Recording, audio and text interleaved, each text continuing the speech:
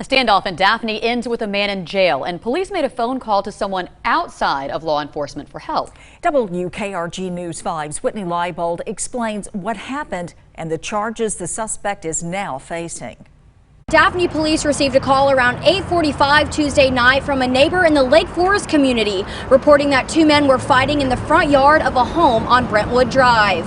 As police arrived, the two men were no longer in the yard, and that's when officers noticed a sign in front of the home. There was a sign at the end of the driveway that said no trespassing, and I'm going to shoot Daphne PD officers or something to that effect. Police Chief Brian Goldsby says officers tried to contact a man inside the home. When that didn't work, officers surrounded the house. One neighbor, Sarah Olivia Herbert, didn't want to show her face, but describes what she saw. There was a fire truck, like 3 or 4 cop cars parked directly in front of my house, one parked in my yard. Chief Goldsby says the situation escalated when the man stepped outside. At some point, he started coming out into the backyard, basically taunting the officers, being very uncooperative. The officers' presence seemed to be aggravating the situation more than helping it.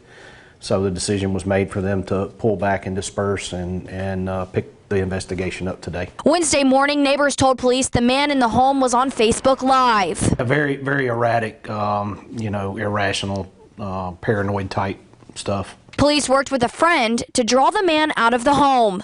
So he went and picked him up and drove him to a kind of an isolated location down at Bayfront Park in Daphne, and officers took him into custody there without any problem at all. Daphne police identified the man as William Michael Fields. Fields is currently being held here at the Daphne Police Department, but Daphne police say that he will be booked into the Baldwin County Jail within the next 24 hours. He is currently charged with disorderly conduct and making a terrorist threat.